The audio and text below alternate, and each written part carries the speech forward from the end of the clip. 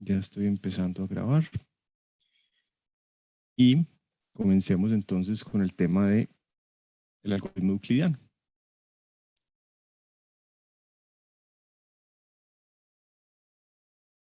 Las grabaciones las pueden encontrar en una carpeta que les compartí. Es una carpeta de Google Drive donde hay varias cosas, varios recursos, incluyendo los videos, los notebooks de Python, y allí iré poniendo también las notas de clase, lo que escribimos en clase, etcétera.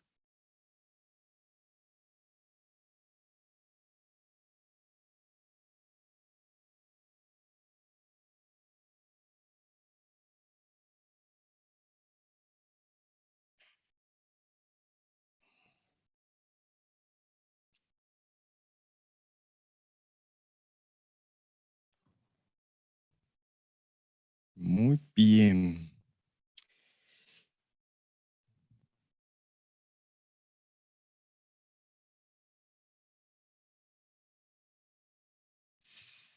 Sí, Miguel, ya respondí esa pregunta. El tema de ecuaciones de Diofantina lo quité. No lo vamos a dictar porque esta semana solamente hubo una clase. Ese tema no lo vamos a tocar. Están muy invitados a que lo lean por su cuenta. Es interesante, pero no lo vamos a cubrir en clase. Listo.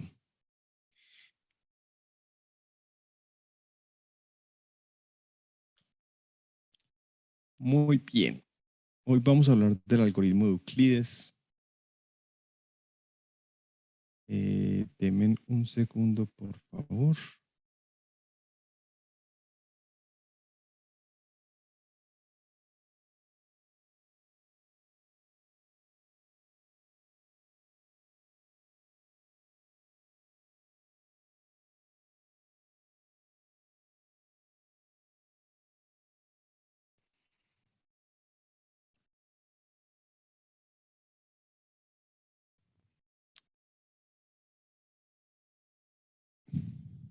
Bien. Entonces, hemos hablado del máximo común divisor. Y la pregunta que queda es, bueno, ¿cómo se calcula el máximo común divisor en la práctica? Entonces, di tú que yo quiero calcular el máximo común divisor entre 1260 y 600.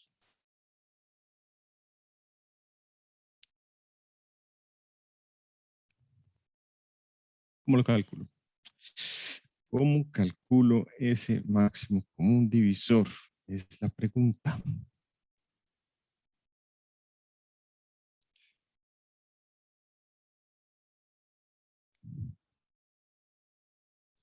Am, Profe, tengo entendido que uno puede descomponer los números pues en los factores y después mirar cuáles tienen en común, ¿no?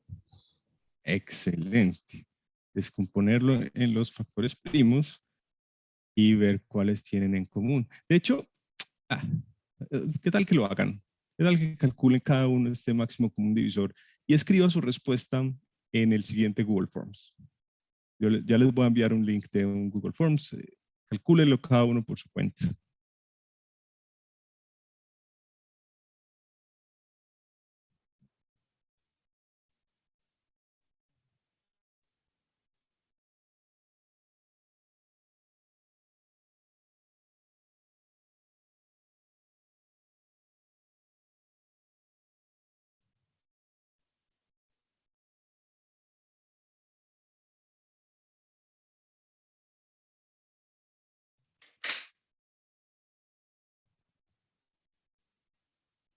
Exacto. Lo que nos enseñaron en el colegio.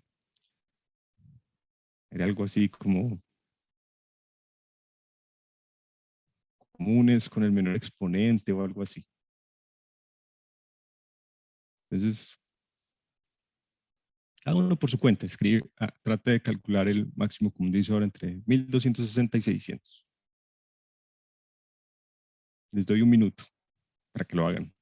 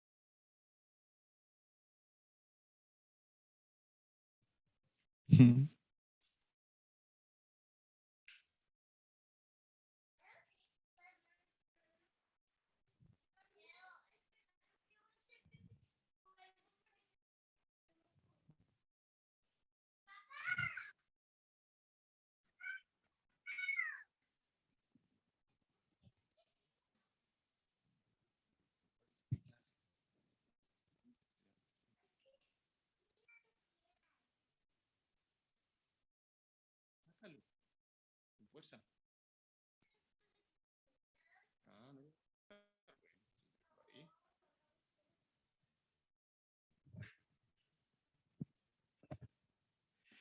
Bueno, muy bien. Veo que ya muchos pusieron la respuesta correcta. Eh, Voy a echar aquí a alguien al agua para que nos ayude. Por ejemplo, Paula Carolina Misa sí, lo hizo muy rápido. ¿Cómo calculaste ese máximo común divisor, Paula?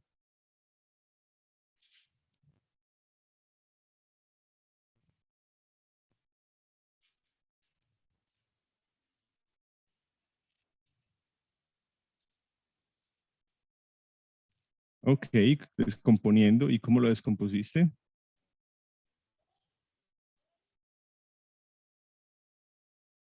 Descomponiendo los dos números. Entonces, yo voy a seguir aquí más o menos el procedimiento.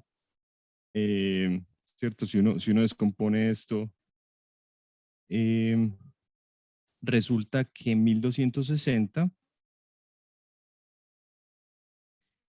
es 2 a la 2 por 3 a la 2 por 5 por 7 y la descomposición de 600 es 2 a la 3 por 3 por 5 a la 2, si no estoy mal. ¿Será que esto es correcto? Yo creo que sí. Sí, profe, sí. ¿Quién habló? Gracias. Listo. Y entonces uno de ahí es muy fácil encontrar cuál es el máximo común divisor porque coge todo lo que tienen en común. Entonces coge cada uno de los primos, el 2 con el menor exponente que lo tienen en común, entonces 2 a la 2 por el 3 también está en común y lo más pequeño que tienen, lo que tienen en común es a la 1, 3 a la 1 por 5 y el 5 a la 1 también y ya. Y eso da 60. 4 por 3, 12 por 5, 60. Muy bien. Excelente. ¿Cuál será el problema con eso?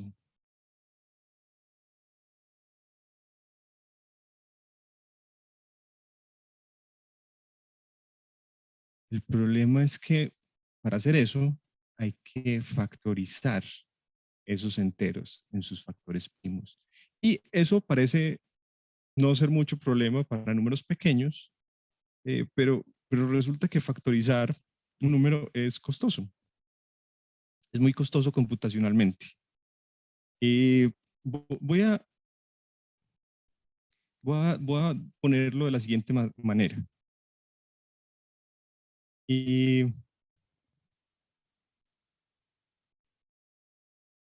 algo, no es exacto, pero los mejores algoritmos para factorizar toman tiempo casi exponencial en el número de dígitos. Es subexponencial, pero es algo cerquita de exponencial. Es decir,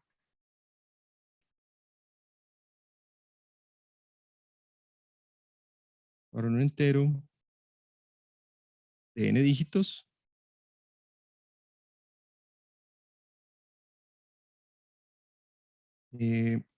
factorizar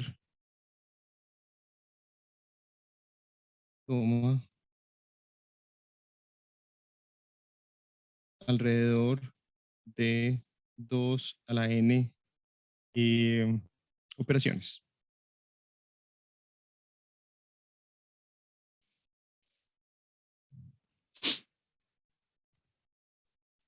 Entonces, si estamos factorizando un número de 4 dígitos, pues eso no es mucho problema. Pero si estuviéramos tratando de factorizar un número de 1000 dígitos, eso sí podría ser un poco complicado. ¿Cierto? 2 a la 1000, y sí estamos en problemas. Entonces, resulta que podemos hacerlo mejor y veremos que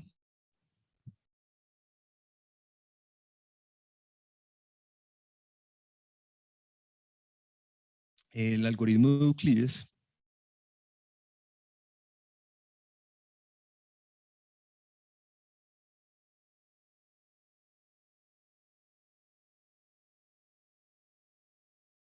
toma a lo más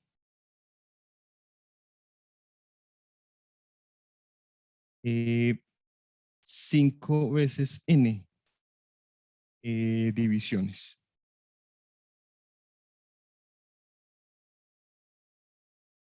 Donde n es el número de dígitos de un número, del número más grande. Entonces comparen 5 veces n con 2 a la n. ¿Cierto? Aquí habíamos hablado de 2 a la n y aquí estamos hablando de 5n. Desde el punto de vista computacional, eso es la diferencia entre algo que se hace en milésimas de segundo frente a algo que es completamente inviable, ¿cierto? Para un n grande. Entonces ahí está la importancia de este algoritmo de Euclides. Y es uno de esos ejemplos en los que vamos a ver cómo la matemática y la computación se ayudan para encontrar una solución muy bonita y muy poderosa. Bien, describamos el algoritmo de Euclides. Entonces, lo que se busca con el algoritmo de Euclides es encontrar el máximo común divisor entre dos números. Es un algoritmo para encontrar el máximo común divisor entre A y B. Y el procedimiento es el siguiente.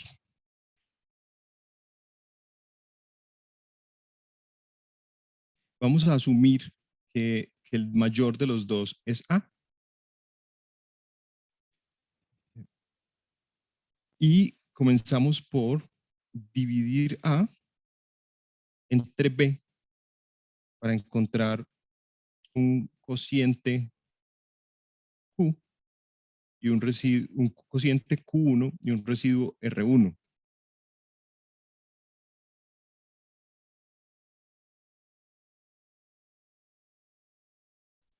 Mm. Ya te voy a responder esa pregunta. Aquí el residuo, como estamos dividiendo por B, podemos garantizar que R1 es mayor o igual que 0 y menor que B.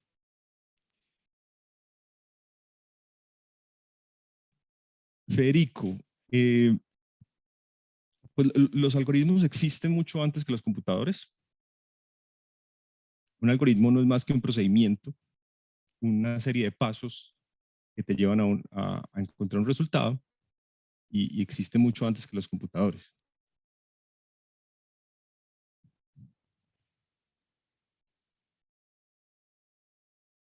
Bien.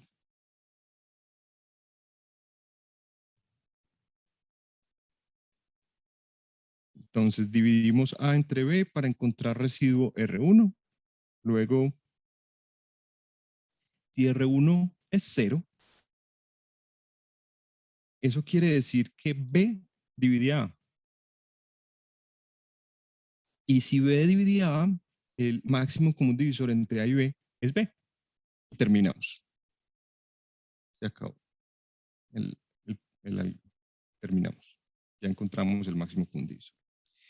De lo contrario, si R1 es diferente de 0, entonces ahora vamos a tomar B, lo vamos a dividir entre R1 para encontrar un residuo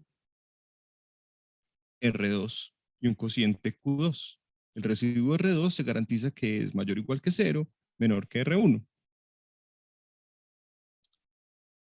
Y seguimos de esa manera. Es decir, ahora R1 pasa a ser el dividendo,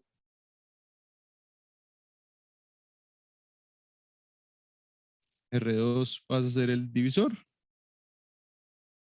y encontramos un nuevo residuo R3. Y se garantiza que ese R3 es mayor o igual que 0 y menor que R2.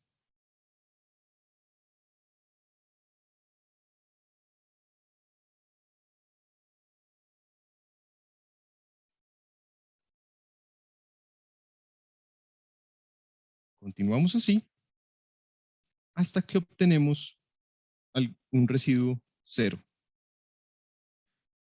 Porque siempre se garantiza que en algún momento vamos a encontrar un residuo 0.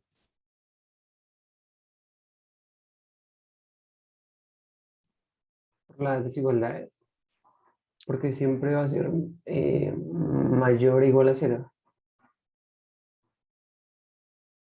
Porque siempre va a ser mayor o igual que 0 y siempre va a ser menor que el anterior. Es decir, tenemos una cadena estrictamente descendiente que arranca con A, que es mayor o igual que B. Profe, o sea que los residuos, a medida que va pasando el algoritmo, siempre tienden a cero. Siempre es más, hasta que en algún momento da, o, o hay casos en que puede que no dé. Eso es lo que estoy respondiendo exactamente. ¿Será que esto puede continuar por siempre? ¿O será que se garantiza que termina? Como A es un entero, aquí estoy asumiendo que son positivos. Es un entero positivo. Entonces, estamos haciendo una cadena estrictamente descendiente de enteros positivos. Eventualmente, esto tiene que llegar a que uno de estos Rn va a ser exactamente 0. No puede continuar por siempre. Usted no puede ir descendiendo enteros, dando saltos entre los enteros y nunca terminar. ¿Estás de acuerdo? Sí, sí, profe. Perfecto. Y resulta que el último residuo diferente de 0 es el máximo común divisor entre A y B.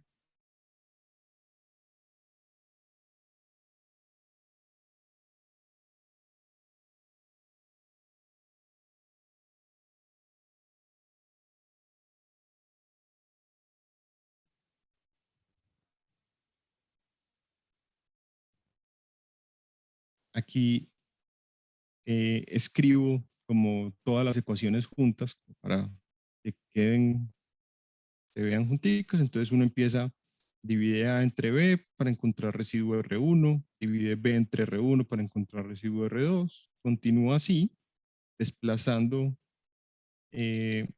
los papeles que juegan los residuos hasta que encuentra un residuo 0. Esa es esta última ecuación.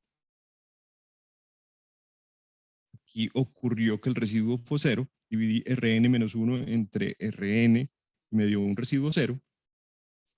Y eso me permite concluir que Rn, el último residuo diferente de 0, es el máximo común divisor entre A y B.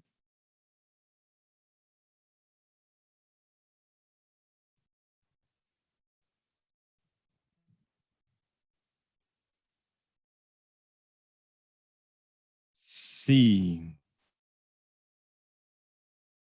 sí existe, Hugo. Uno puede generalizar esto de alguna manera.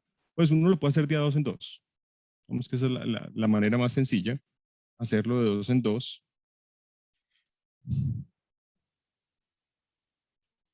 Y hacerlo de 2 en 2.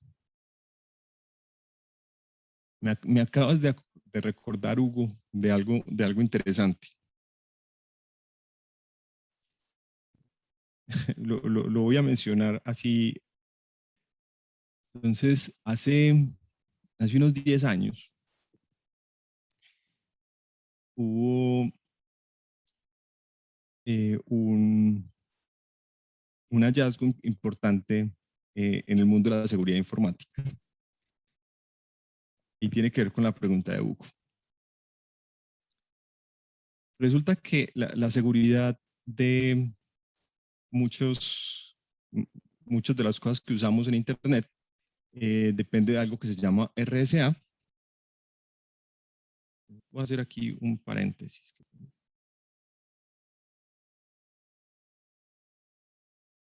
Depende de algo que se llama RSA. Es un algoritmo de encripción de llave pública y depende de que sea difícil factorizar.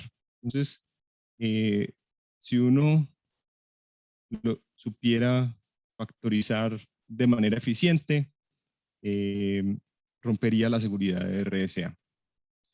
Y resulta que la llave de seguridad es precisamente un número n, que es el producto de dos primos, p y q, primos, de dos primos n, y son muy grandes. Digamos, de verdad, tienen, n puede tener 2000 dígitos, ¿cierto? Entonces, digamos, n es del orden de 2 a la, por poner alguna cosa, voy a poner 2 a la 1000. Listo. Pero entonces, cada servidor de Internet, 64 bits, no, 1000 bits, 1000 bits cada uno. Ahora, cada servidor de Internet tiene un N.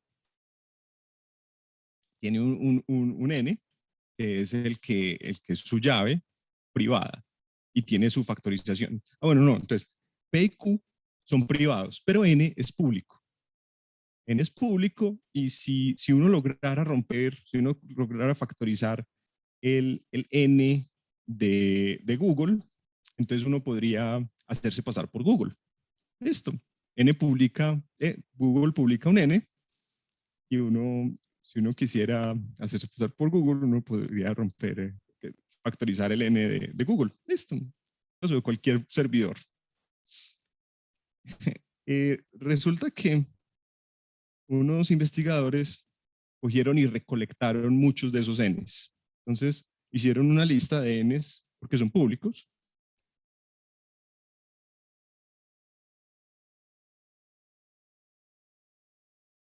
y hay millones, ¿cierto? En Internet, pues hay muchos servidores, muchas páginas web, cada uno tiene, todo el que tenga alguna seguridad tiene un N grande.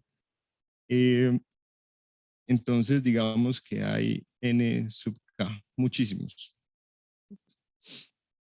Y estos investigadores dijeron, ¿qué tal que que haya dos de estos Ns que tengan un factor en común?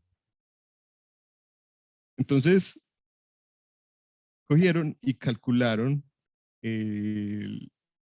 una forma de encontrar, factorizar es muy difícil, factorizar toma mucho tiempo, pero encontrar el máximo común divisor es muy eficiente. Es muy, muy eficiente, como les mostré en la página, en la diapositiva anterior. Entonces, lo que hicieron fue coger y calcular el máximo común divisor entre NI y NJ para cada parejito.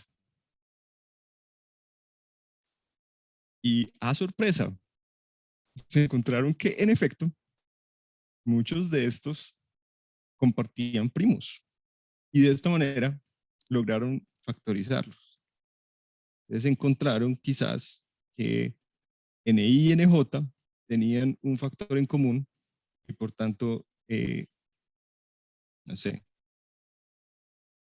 PI. Y ese PI es un factor común de NI y NJ y de esa manera lograron romper la seguridad de muchos servidores en Internet.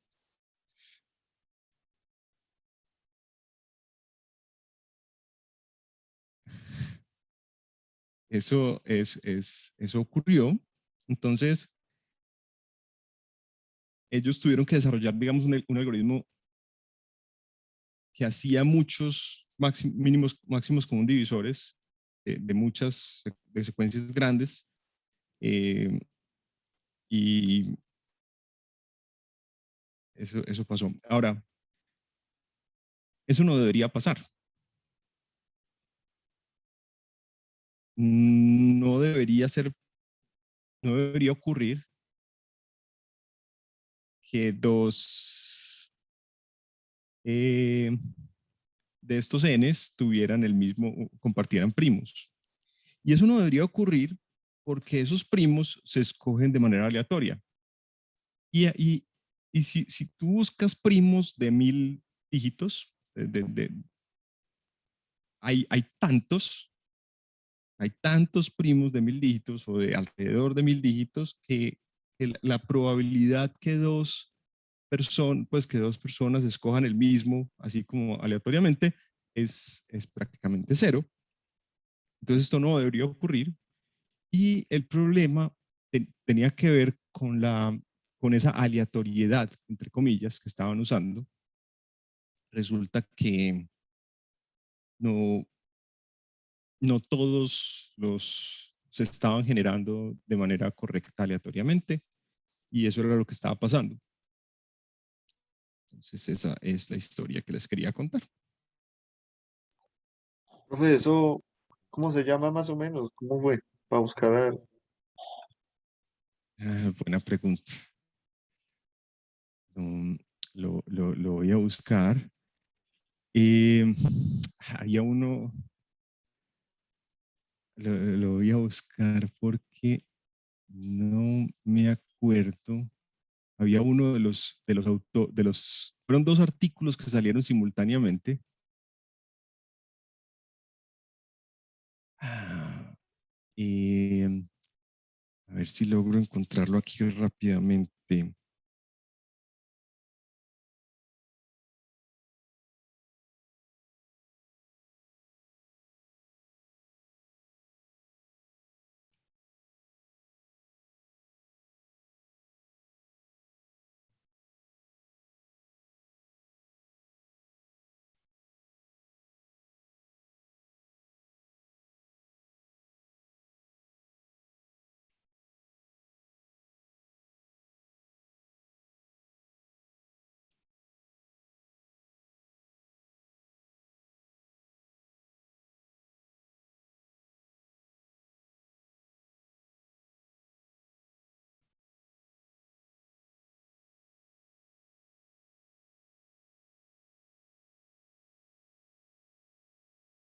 Ajá, aquí encontré uno de los artículos. Se los voy a poner por el chat. Wrong was wrong, wit was right. Es uno de los dos artículos que hizo esto.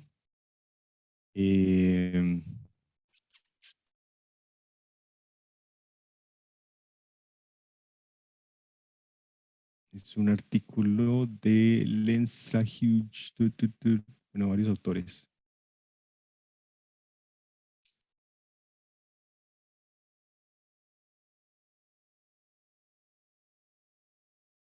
Ese Ron y Witt se refieren a dos criptógrafos famosos. Y bueno, Gracias, profe. con gusto, Juan Pablo.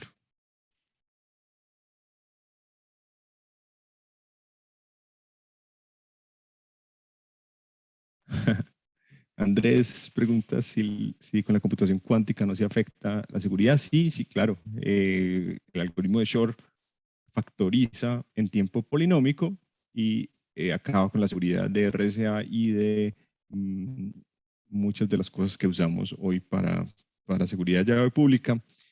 Y entonces, precisamente yo trabajo en eso, esa es mi investigación, es en la búsqueda de algoritmos criptográficos que sean resistentes a computadores cuánticos.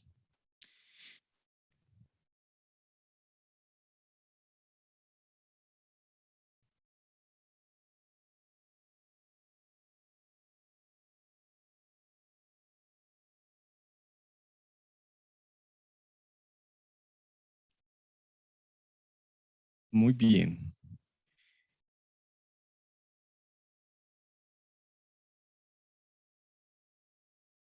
Les acabo de escribir un algoritmo, unos pasos para completar para hacer algo. Hablaremos de algoritmos más adelante, pero hay varias cosas que uno debe, digamos, los algoritmos son objetos matemáticos, ¿cierto? Son unos pasos a seguir para llegar a un resultado.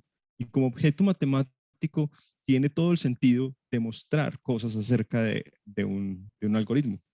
Una de las cosas que más importantes es demostrar que es correcto, que en efecto hace lo que uno espera que haga. ¿Cierto? En este caso, lo que quisiéramos demostrar es que en efecto el algoritmo de Euclides encuentra el máximo común divisor. Para eso, empecemos por probar este lema sencillo que dice que si A es igual a Q por B más R, entonces el máximo común divisor entre A y B es igual al máximo común divisor entre B y R.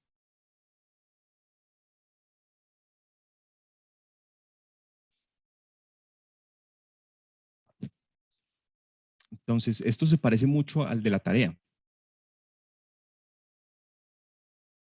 ¿Cómo lo voy a demostrar? Entonces, démosle nombres a esos máximos común divisores. Sea D el máximo común divisor entre A y B y sea, puede ser C, el máximo común divisor entre B y R.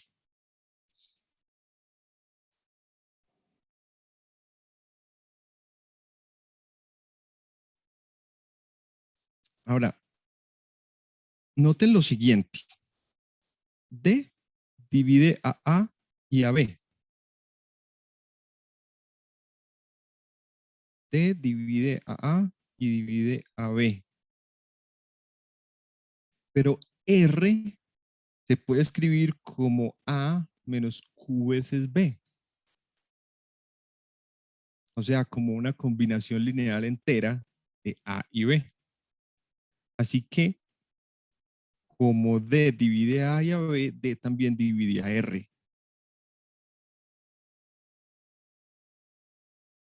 Como D divide a A y D divide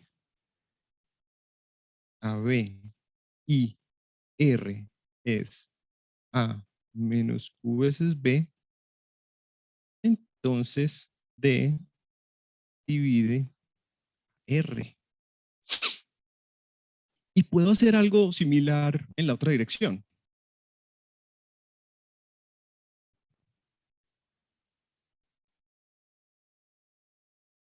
Ahora con C, como C divide a B y C divide a R y A es igual a QB más R, entonces C también divide a A.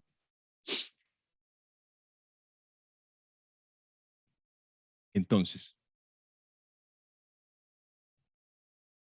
alguien que me ayude.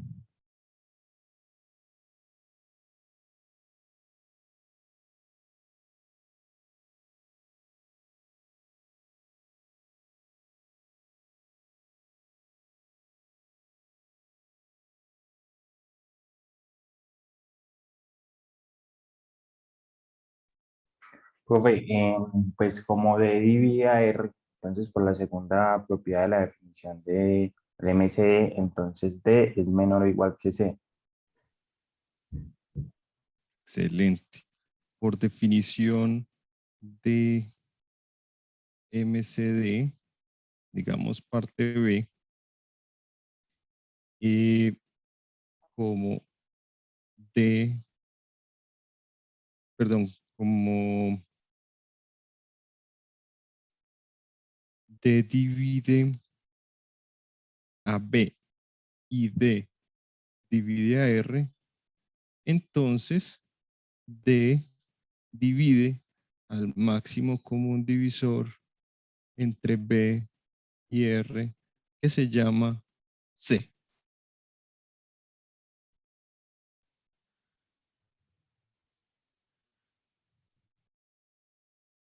Y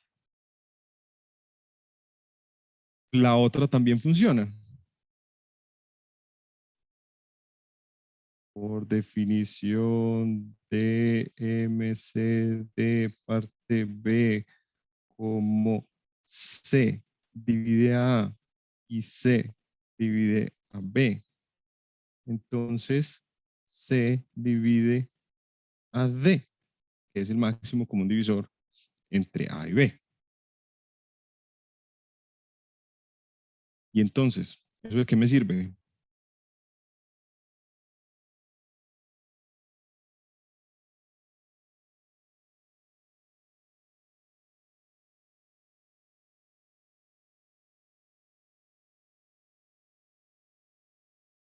Son iguales. Claro.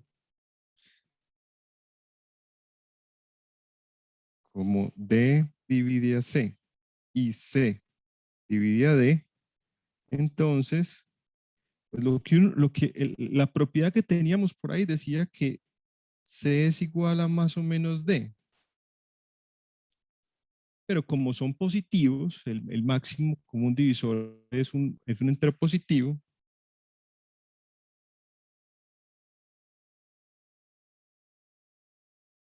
entonces C es exactamente igual a D.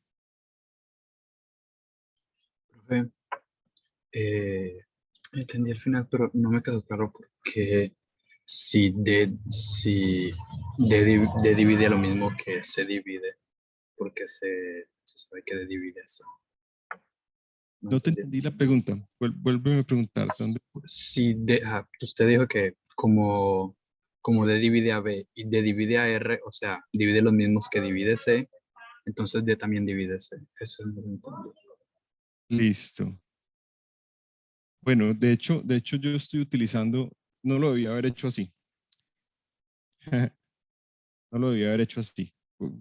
Voy a utilizar la definición directamente en lugar de la caracterización. Eh, gracias, Johan, por ponerme aquí a dudar. Lo que dice la parte B de la definición no es que D divida a C, sino que D debe ser menor o igual que C. Y ahora sí, Johan, ¿por qué? ¿Qué es lo que dice la definición, la parte B de la definición? ¿Qué es lo que debe cumplir? Que si hay otro divisor común a B y a R positivo, entonces D es menor o igual que C. ¿Eh? Al revés.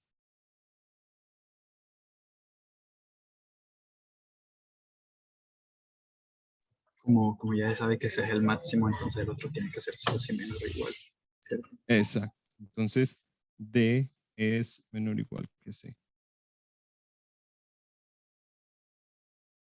¿Cierto? Ahora sí, Johan. Sí, ahora sí. Entonces en el otro sería mayor o igual y ahí sí, todos son iguales. Profe, y una pregunta. Esa primera definición que hiciste que D divide a B y D divide a R, entonces D divide al máximo común divisor, o sea, C, ¿es equivalente con la que acabas de escribir o no, no es equivalente? Sí, es equivalente. Ok, ok. Listo. Sí, está al final del capítulo en Burton. Yo no la probé en clase, pero sí, es equivalente. Listo, listo. Gracias, profe. Profe, Sí, dime. nosotros aquí podríamos usar símbolos como, por ejemplo, la flechita de equivalencia lógica o los tres puntos para decir luego, o a eso es a lo que te referías cuando decías que en la tarea no usar como simplificaciones.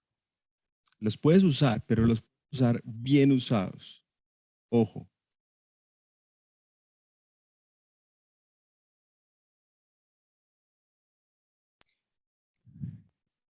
Que no generen confusión. Entonces, yo en la tarea, y aquí voy a hacer un paréntesis, en la tarea vi cosas como de este estilo. No sé, no recuerdo exactamente, pero algo como para todo X, eh, P de X, entonces Q de X. Y por aquí ponían una cosita así y escribían otra cosa. Y solo sí, R de X. Listo. Entonces, queda la ambigüedad de si lo que me están diciendo es que todo esto se cumple para todo X, o si lo que querían decir era que esta cosa era equivalente a esta otra cosa. Y en ese caso, recuerdo un caso que vi de ese estilo, no era verdad que esas dos cosas fueran equivalentes. Pero eso era lo que pretendía decir. Entonces, voy a ser muy picky si no utilizan bien esos símbolos. Los pueden usar, pero ojo, con cuidado. Prefiero que usen el español porque esa simbología genera ambigüedades.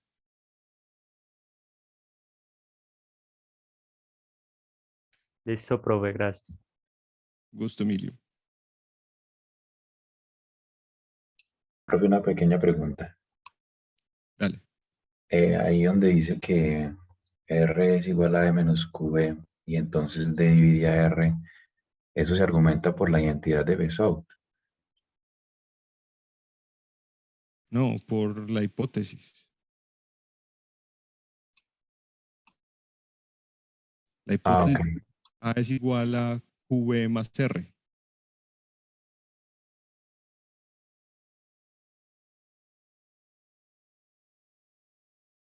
Ah, listo, profe. Gracias.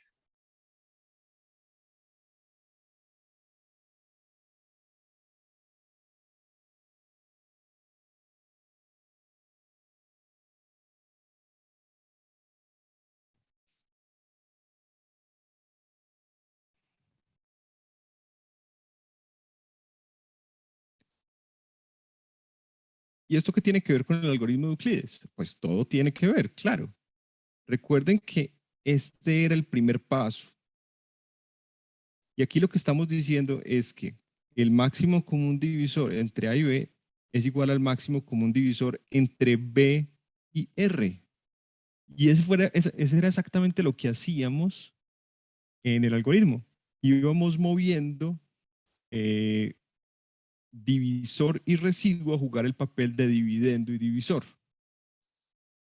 Entonces, ya con eso, aplicando sucesivamente este lema, podemos concluir,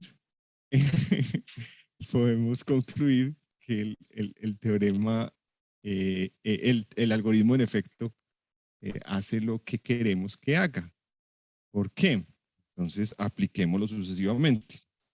El máximo común divisor entre A y B es igual, según esto, y pensando pues en lo que teníamos acá, digamos en estas igualdades,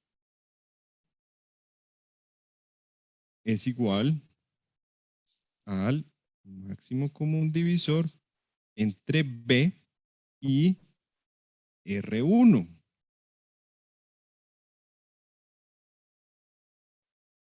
Y luego uno lo que hace es mover B y R y obtiene R2. Entonces vuelve y aplica el mismo lema y obtiene que el máximo común divisor entre R1 y R2 también es igual, ¿cierto? Ahí estoy utilizando esta,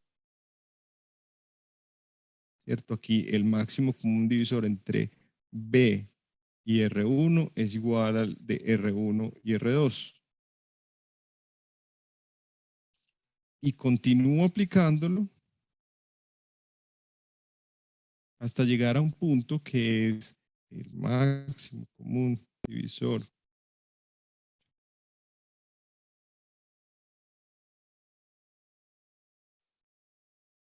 entre, al final,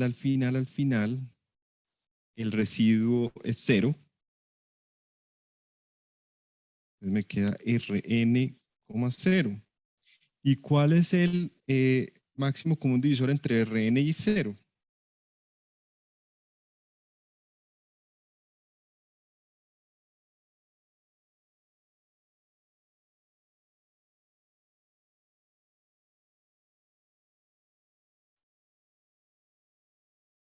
Rn, exactamente.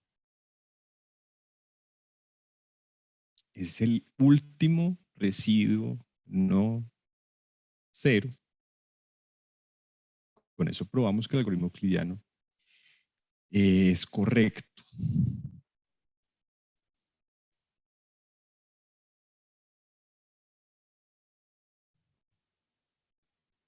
¿Una pregunta aquí?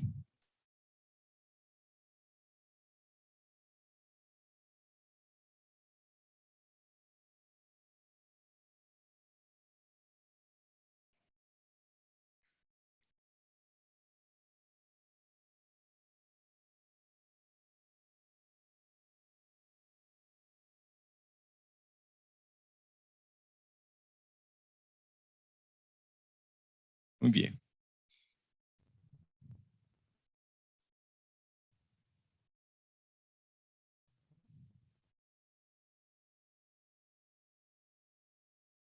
Sí, sí, esto es lo más, bueno, mentiras, hay algo que podemos hacer para mejorarlo.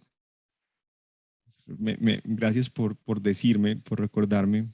Hay una forma de mejorarlo un poquitico más y es la siguiente.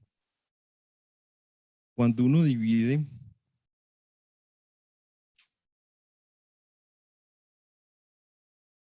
voy a ponerlo por aquí.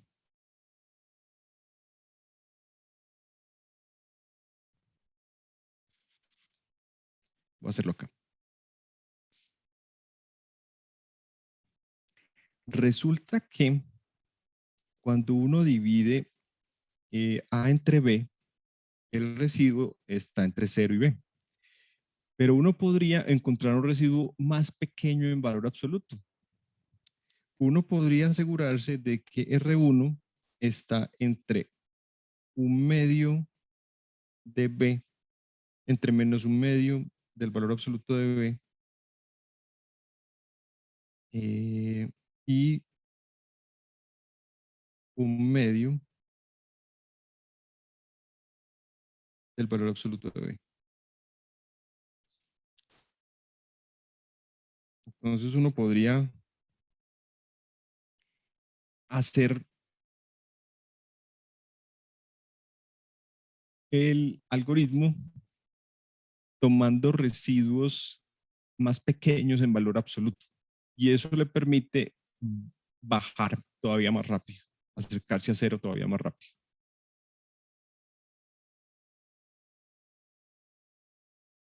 Eso es una mejora que existe. Puede que haya otras mejoras pequeñas, pero esto es a grandes rasgos lo más eficiente que se puede hacer. Hasta donde yo entiendo. Gracias, Camilo.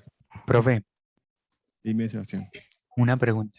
En, en teoría de la computación, uno podría demostrar matemáticamente que una tarea específica solamente se puede hacer a partir de un orden n, pues específico. Bueno, a ver, que cualquier algoritmo que realice esa tarea tiene que ser de al menos cierta complejidad algorítmica.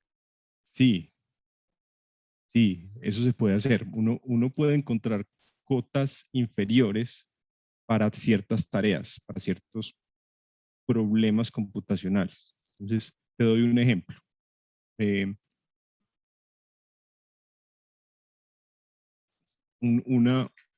algo que se trabaja mucho y que se ha venido mejorando significativamente es el problema del producto matricial.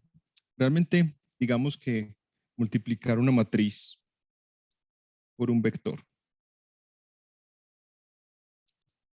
Y no, lo voy a ponerlo más abstracto todavía.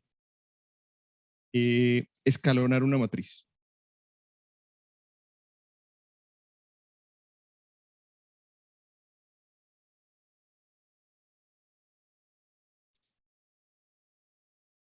No sé cuál será más fácil el ejemplo. Los dos están muy relacionados. El multiplicación de matriz por vector y escalonar están muy relacionados. Pero entonces voy a poner el ejemplo de multiplicar una matriz por un vector. Entonces, esto es una cosa que se utiliza en todas partes y por tanto hay mucho interés en hacerlo lo más eficientemente posible. Y se ha trabajado mucho y se ha disminuido la complejidad. Voy a hacer el de escalonar más bien.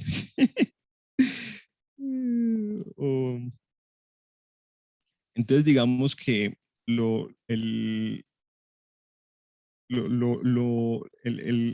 hacer eliminación gaussiana, que es como lo básico, toma del orden de n al cubo, donde n es el número de filas y el número de columnas, supongamos. Pero eso se ha disminuido y hay un algoritmo que es de Strassen, que creo que es como del orden de 2 a la 80 y pico. Perdón. N a la 2.8 algo. Y hay otros más eficientes todavía que bajan hasta N a la 2.3 algo.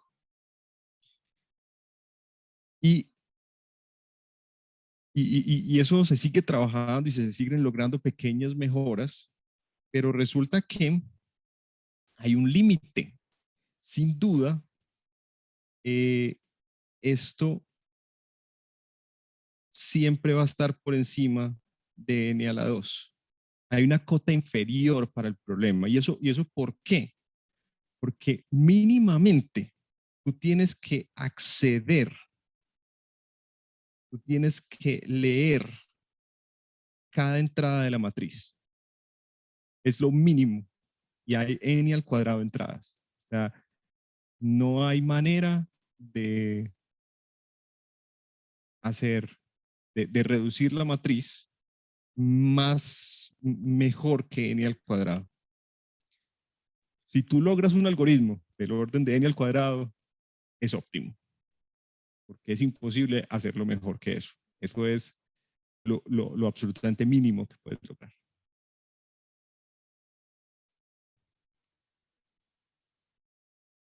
¿Está bien, Sebastián? ¿Te da una idea de...? Sí, profe. Muchas gracias. Un gusto.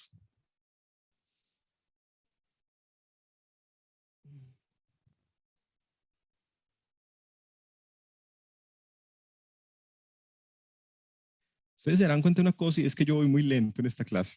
Y es que yo prefiero responder sus preguntas que dictar el tema, digamos, seguir el libreto de la clase. El tema que se me queda por fuera, ustedes lo pueden leer, el libro, pero esas preguntas son las que realmente los motivan y las que realmente, digamos, le dan valor a esto, a esta interacción que tenemos aquí.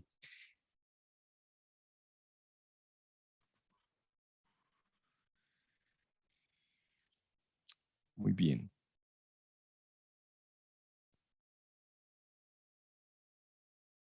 Resulta que utilizando esto que ya hicimos, ese algoritmo de Euclides, podemos ir un poquito más allá. ¿Recuerdan la identidad de Bezout?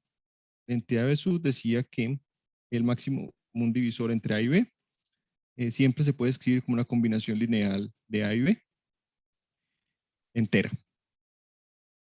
Resulta que si uno hace unos pequeños ajustes, puede encontrar X y Y utilizando el mismo algoritmo euclidiano, y eso se le conoce como el algoritmo euclidiano extendido.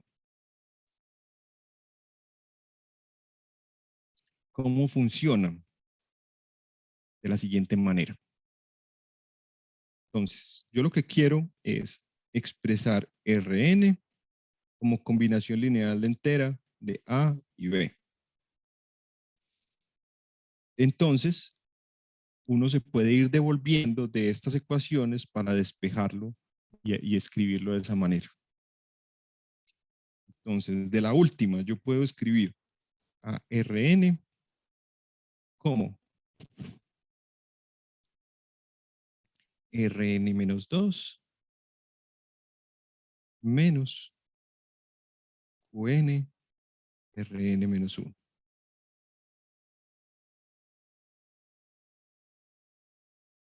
Y si despejo Rn menos 1 en la anterior y lo reemplazo acá, me quedaría que Rn es igual a Rn menos 2 menos Qn que multiplica a Rn menos 3 menos Qn Rn menos 2.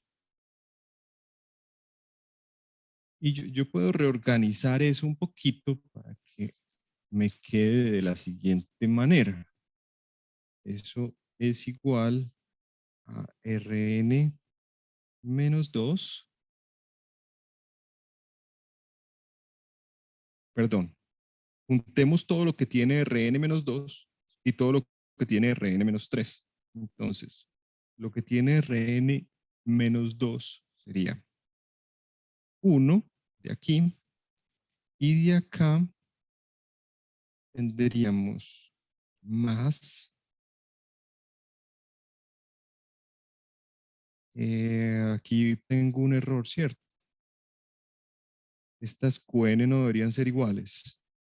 Aquí hay un pequeño error. Esto debería ser, este aquí debería ser QN menos 1.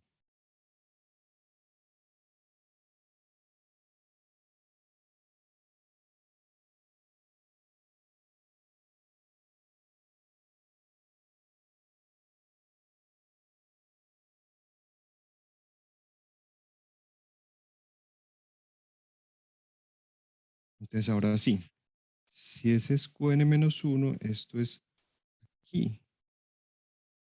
QN, no, este sigue siendo QN, el que es QN menos 1 es este. Y entonces ahora sí, me quedaría. El otro término que tiene Rn-2 es este de acá de la derecha. Y ese viene con menos por menos da más. UN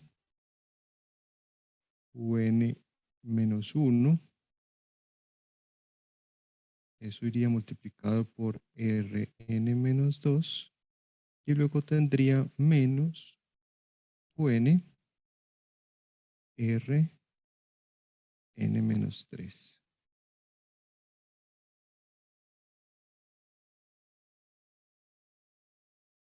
¿Está bien o hice algo mal allí?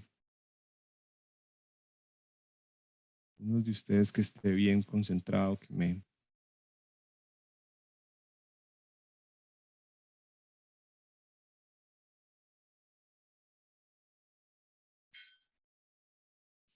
me corrija si me equivoqué.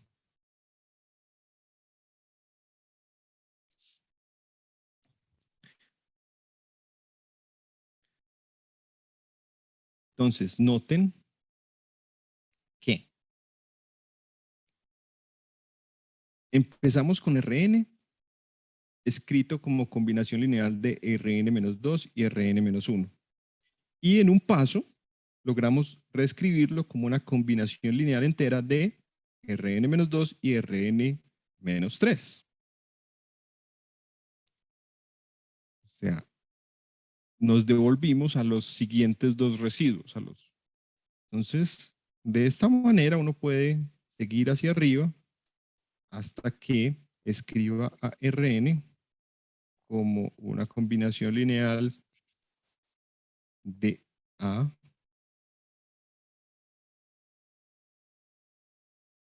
y B.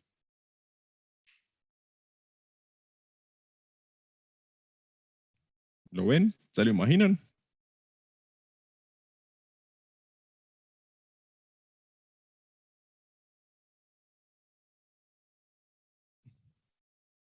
Podemos hacer un ejemplo rápidamente.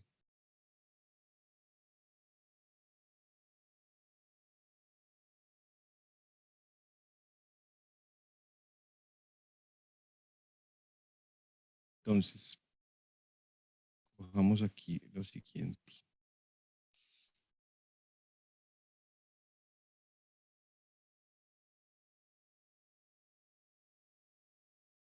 Tomemos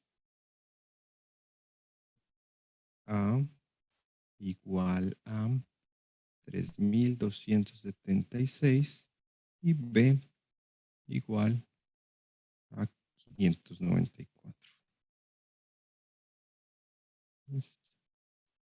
Entonces,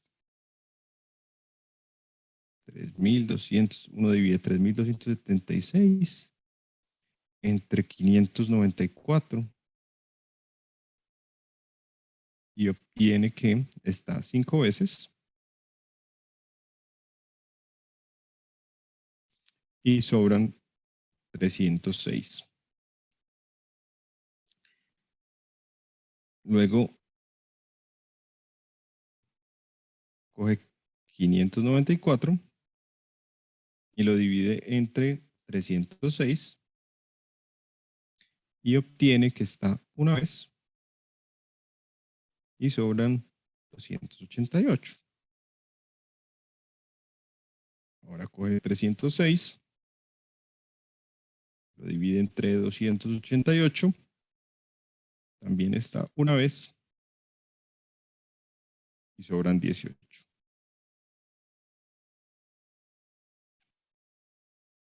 Ahora coge 288. Lo divide entre 18.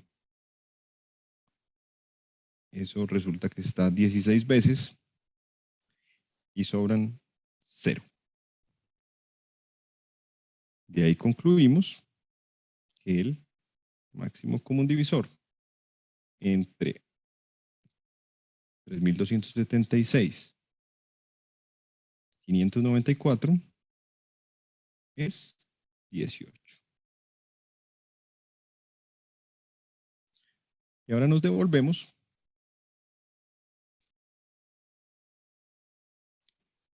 para recuperar esa combinación lineal entera. Entonces, partimos de esta.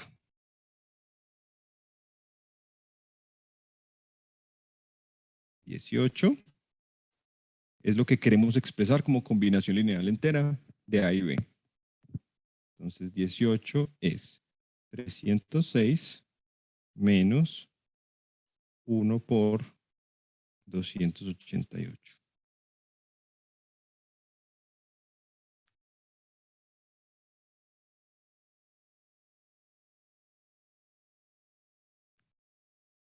Ahora,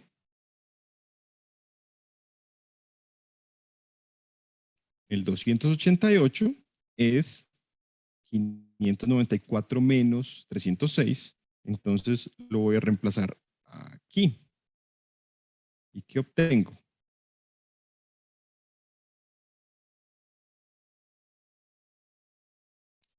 $594 menos 1 por 306.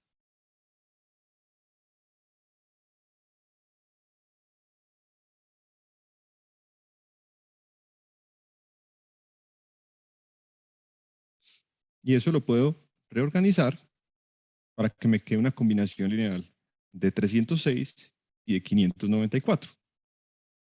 Entonces sacamos un pasito más ahí. Pongámoslo en qué color. A ver si este azul claro se ve. 18 igual a 306 está por aquí y está por acá. Por aquí está 1 y por aquí está 2 veces. Entonces, si uno hace las cuentas bien, eso le debería dar 2 veces 306 menos una vez 594.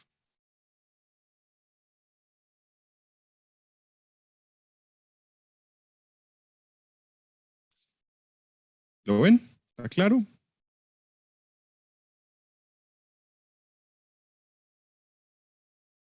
Y ahora sigue el turno del 306.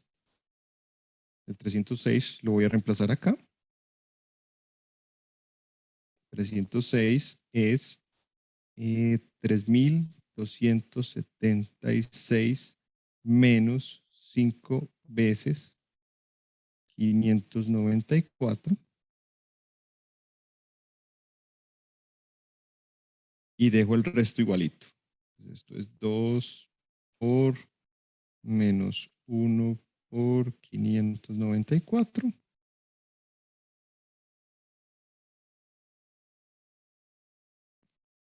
Y ahora reorganizo. Usemos otro color.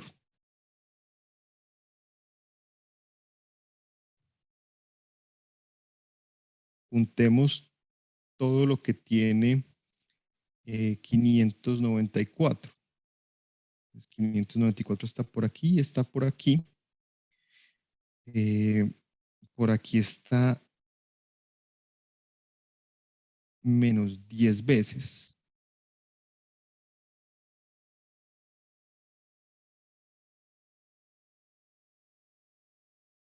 Y por aquí está menos una vez.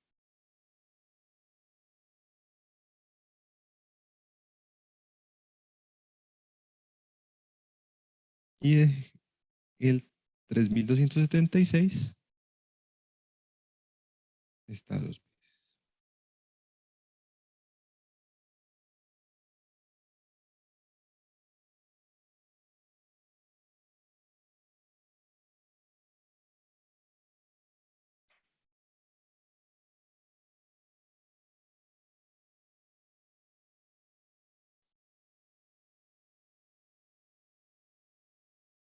Esto es 18 es igual a menos 11 veces 594 más 2 veces 3276. ¿Qué es lo que queríamos? Escribir el máximo común divisor 18 como combinación lineal entera de 594 y 3276.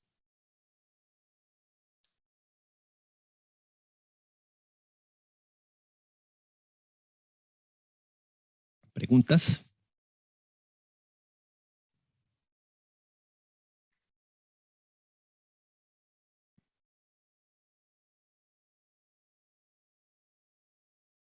No, eso no quiere decir que la combinación sea única. De hecho, el capítulo que seguía, que no vamos a hacer, la sección que seguía de la ecuación diofántica es precisamente un poco explorar esa pregunta de cuáles son todas las soluciones de esa ecuación, ¿cierto? Uno puede pensar en esto como una ecuación o de manera más general, digamos, la ecuación AX más BY igual a D. Entonces, dados valores de A, B y D, eh, cuando esa ecuación tiene solución y cuántas soluciones tiene o cuáles son todas las soluciones. ¿Cuáles son todas las soluciones de esa ecuación? Es una ecuación diofántica lineal.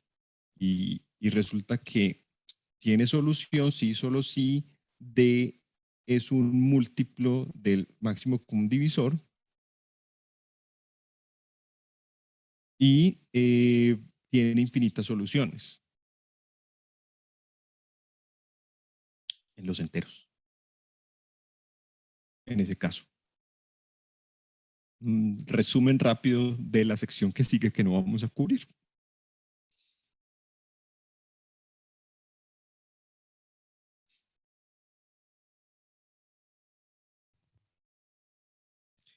¿Alguna otra pregunta aquí?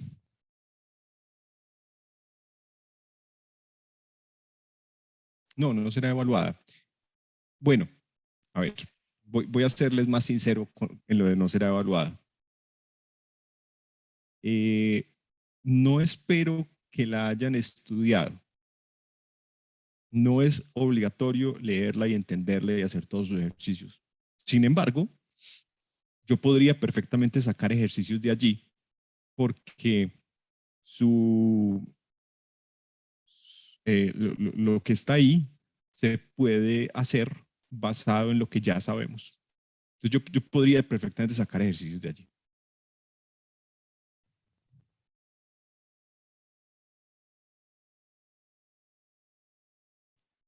Profe, Dime, Felipe.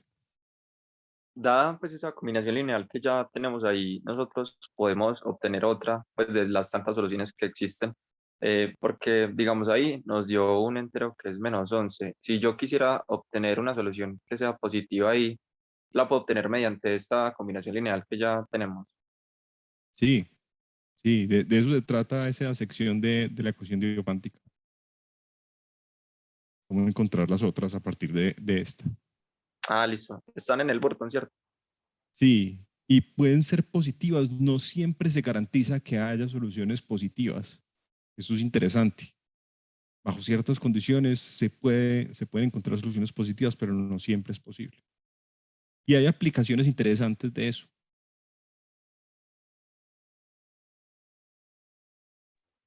Listo, profe, gracias.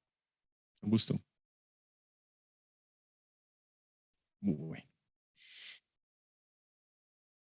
ya pensando en el parcial. Paciencia, paciencia, muchachos. Pueden mirar.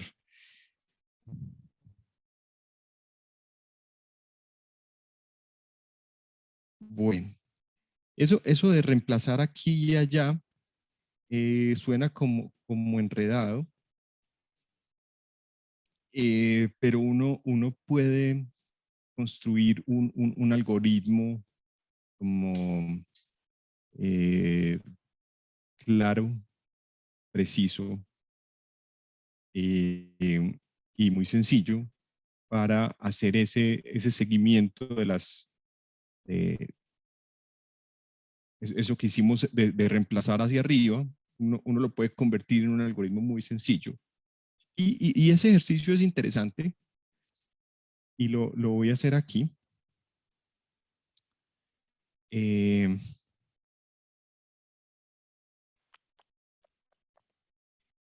rápidamente. Entonces, es como la descripción iterativa del algoritmo euclidiano. Entonces,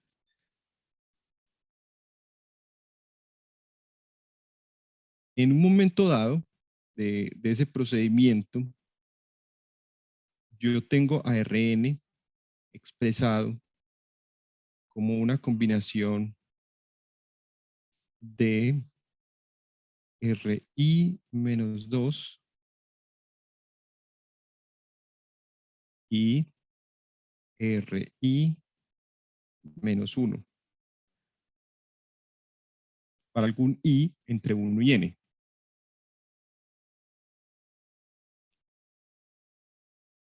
Y yo sé que Ri menos 1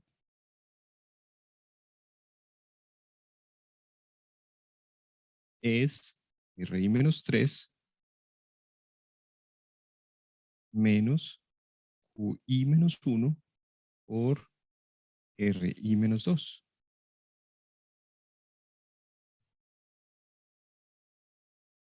Y si hacemos el reemplazo,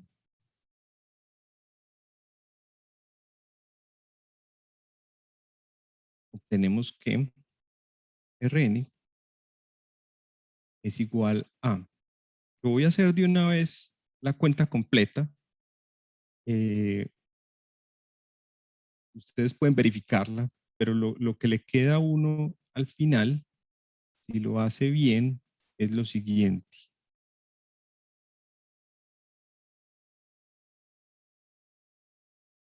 Y Ri menos 3 más Xi menos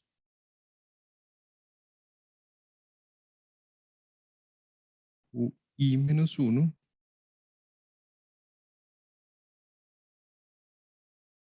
Y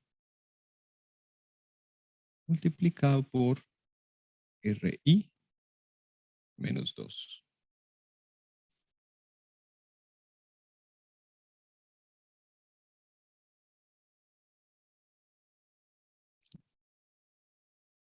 Eso lo pueden verificar fácilmente, que al reemplazar ahí, esto es lo que uno obtiene.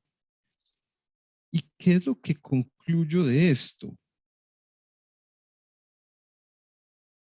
Que el siguiente, digamos, al hacer el reemplazo, la siguiente combinación lineal, en la siguiente combinación lineal, digamos, el siguiente X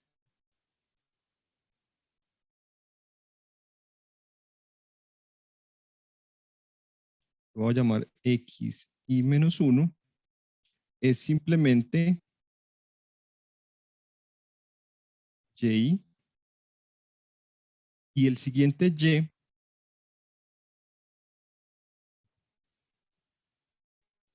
es XY menos UI menos 1, Y.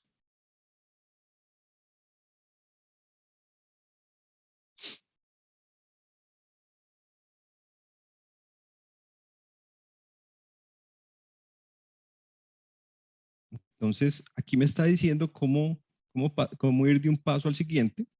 Simplemente intercambio, cojo el anterior y como xy y el siguiente y es xy menos qsy. Sencillo, y simplemente para inicializar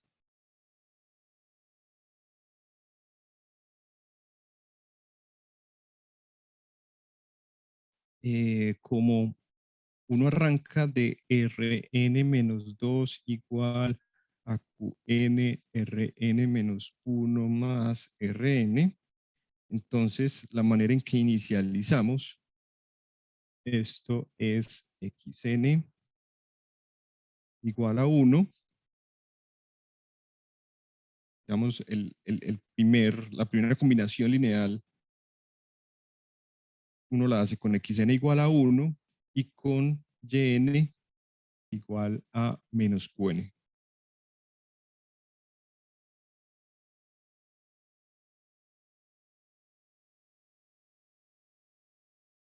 Y eso me da un procedimiento completo para hacerlo.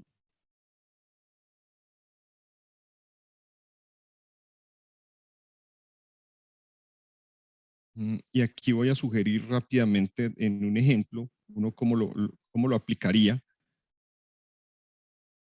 en el caso que hicimos ahora. Entonces,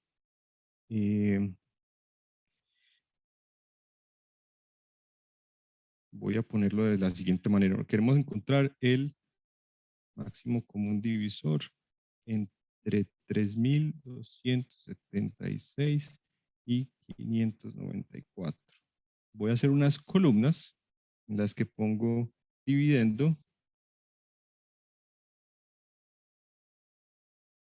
divisor, cociente y residuo.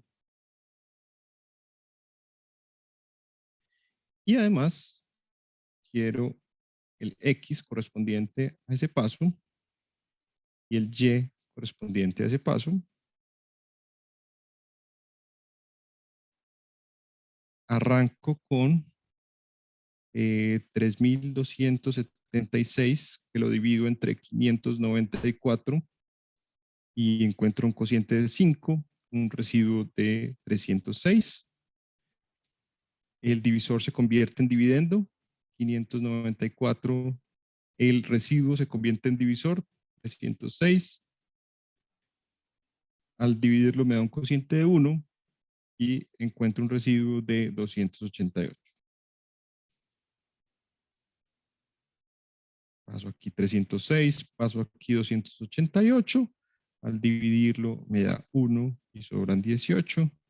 Y en el último paso divido 288 entre 18, me da 16 y sobran 0. Y ahora me empiezo a devolver construyendo los X. Entonces, vamos a seguir esta idea que teníamos aquí. El primer X es 1 y el primer Y es menos Q. O sea,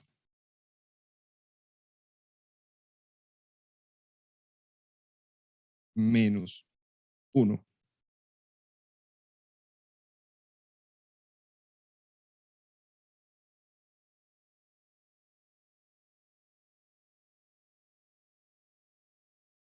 ¿Estamos?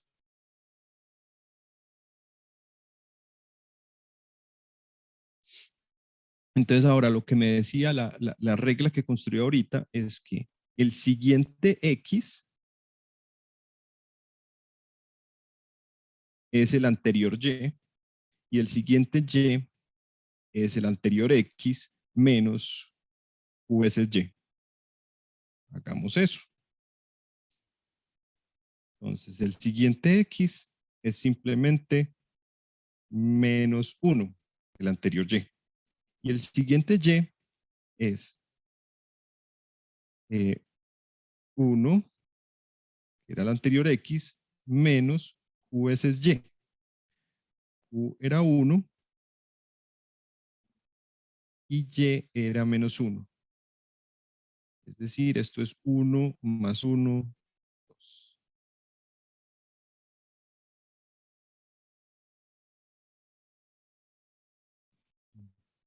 De nuevo, el siguiente x es simplemente 2 y el siguiente y es el anterior x, o sea, -1 menos el cociente que es 5 multiplicado por el anterior y, que era 2.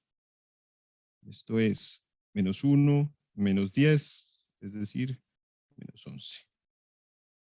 Y eso nos da lo que habíamos encontrado antes, que era 2 y -11.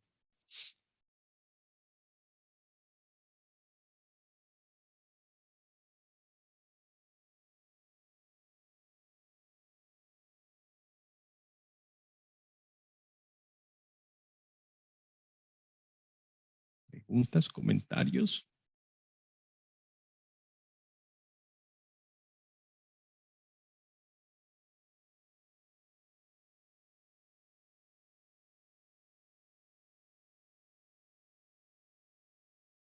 Pero una pregunta. Dime. ¿Por qué se inicializa x1 igual, xn igual a 1 y y sub n igual a menos qn? Porque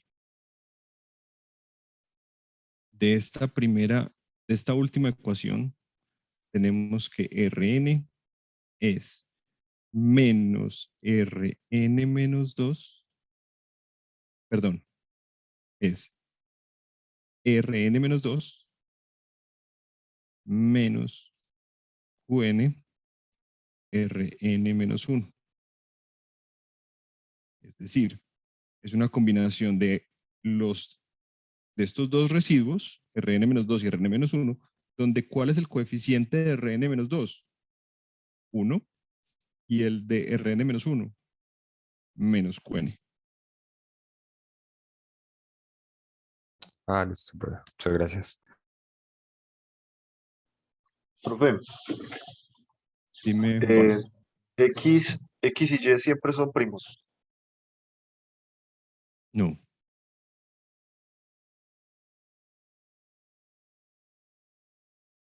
Ok, gracias, profe.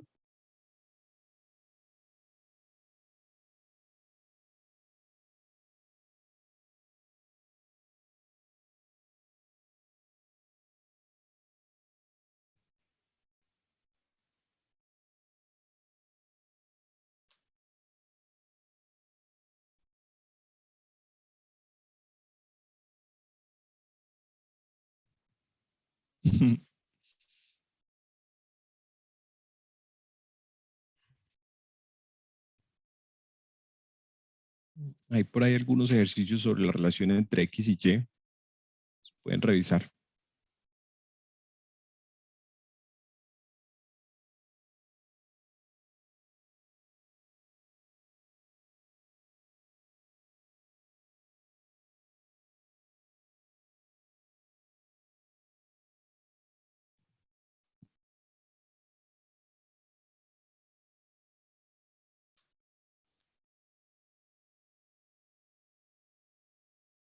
Eh, les coloqué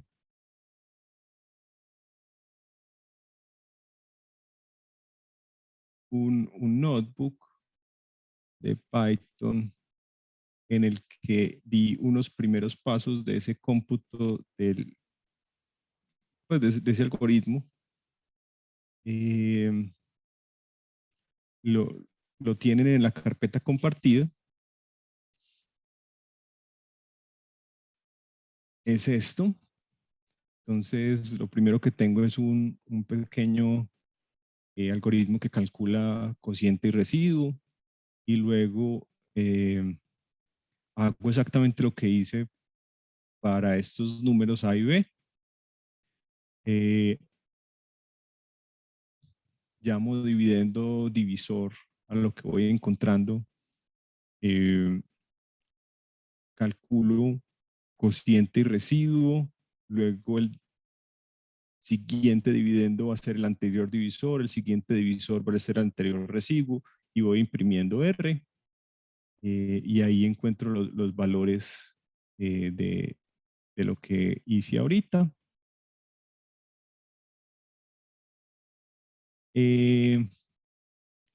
Y entonces, para los que estén interesados y sean gomosos de esto, la invitación es a que escriban realmente pues como un procedimiento, una función que calcule el algoritmo euclidiano para A y B, utilizando esa idea para cualquier A y cualquier B. Y también pueden hacer el algoritmo euclidiano extendido, que devuelve no solo D, sino X.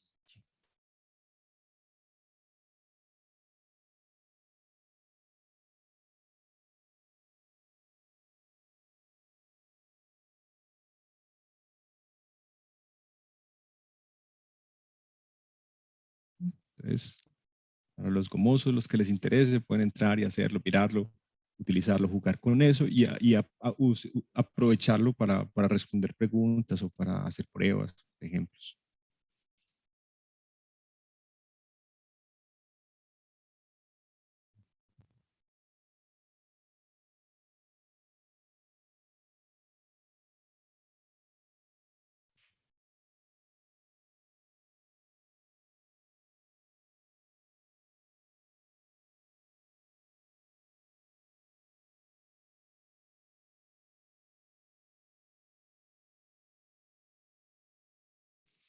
En los 10-15 minutos que quedan voy a dar algunos resultados sin entrar en más detalles. Los detalles los pueden buscar. Entonces, esto es información simplemente. ¿Cuántos pasos toma el algoritmo euclidiano? Entonces hay un teorema que es el teorema de Lamé,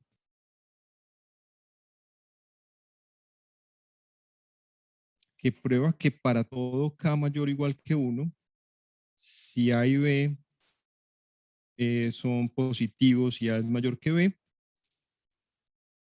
y B es menor que el K más 1º número de Fibonacci, entonces el algoritmo euclidiano realiza menos de K pasos. Entonces resulta que es, de cierta manera, resulta que no es tan difícil de probar soportándose en los números de Fibonacci una cota para el número máximo de pasos. Es una manera indirecta de ver cuántos pasos toma. Digamos, la prueba va probando primero para números de Fibonacci. Entonces, si tú coges dos números consecutivos de Fibonacci, ¿cuántos pasos te toma aplicar el algoritmo de Euclides? Y de ahí se desprende que el algoritmo de Euclides realiza menos de 5n pasos, donde n es el número de dígitos de A. Y eso es porque, digamos, apoyado en ese teorema anterior, uno puede hacer una estimación del número de dígitos de los números de Fibonacci.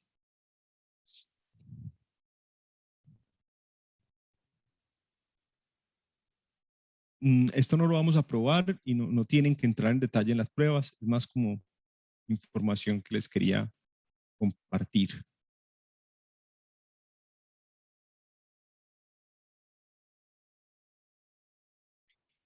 Otros resultados.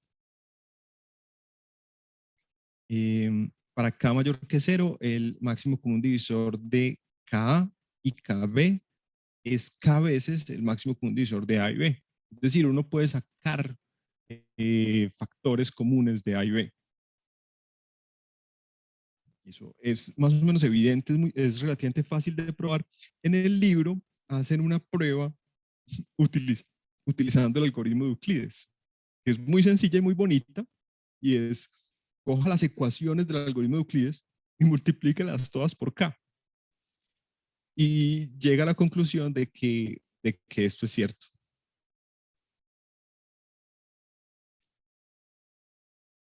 En esta sección, Burton también define el mínimo común múltiplo. El mínimo común múltiplo sabemos que es el múltiplo común a dos números A y B, que es más pequeño. La definición formal es el mínimo común múltiplo de dos enteros no cero, A y B, denotado MCM de A y B, es el entero positivo M que satisface que M es divisible por A, M es divisible por B, y si hay otro entero C que es divisible por A y divisible por B, que es un múltiplo común de A y B, entonces M es menor o igual que C.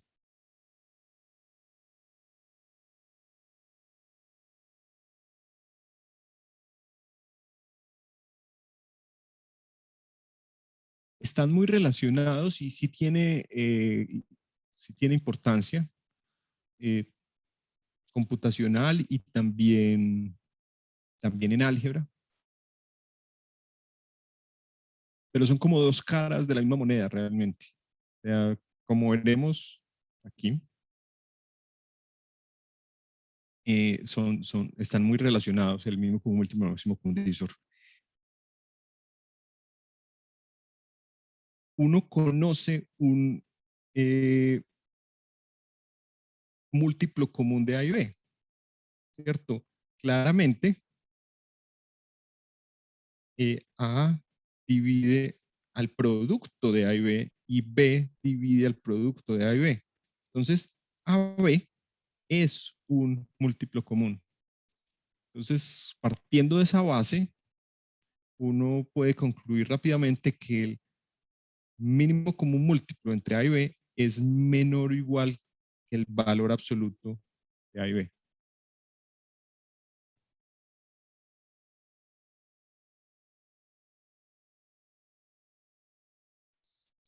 Muy importante y muy interesante es que para todo par de enteros positivos, el máximo común divisor multiplicado por el mínimo común múltiplo da exactamente A por B.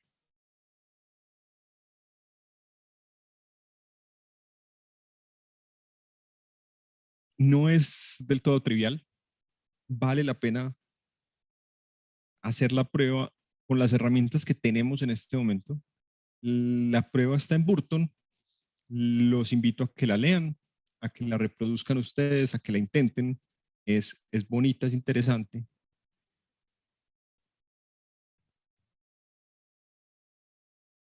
Y eso nos muestra que son como dos caras de la misma moneda. Si uno tiene el máximo común divisor, pues tiene el mínimo común múltiplo y viceversa. Están íntimamente relacionados.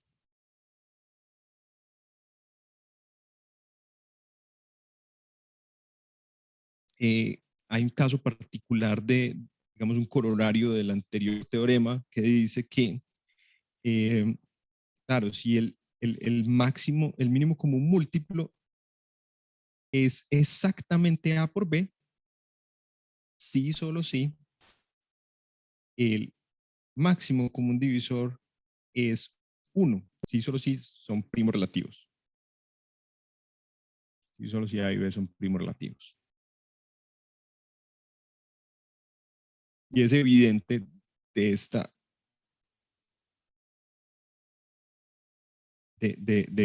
identidad. Se sigue pues casi inmediato.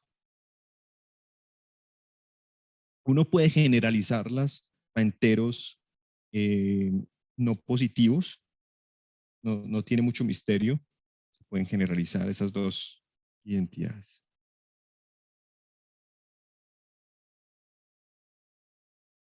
Y por último, uno puede generalizar las nociones de mínimo común múltiplo y máximo común divisor a más de dos enteros, a tres o más enteros. Lo puede hacer como utilizando asociatividad simplemente. Algo como decir que se puede definir como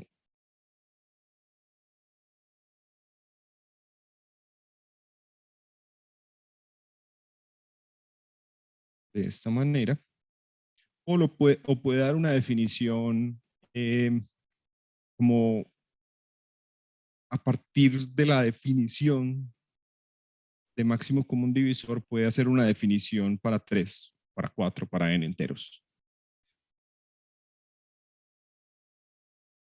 Y eso también lo pueden ver en el libro de Burton.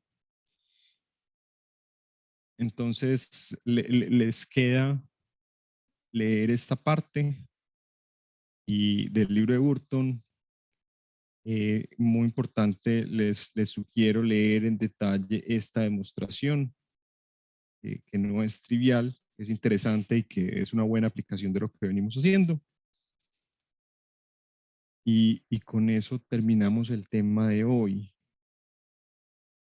¿Tienen alguna tarea, alguna pregunta, comentario, algo que quieran que hablemos antes de terminar?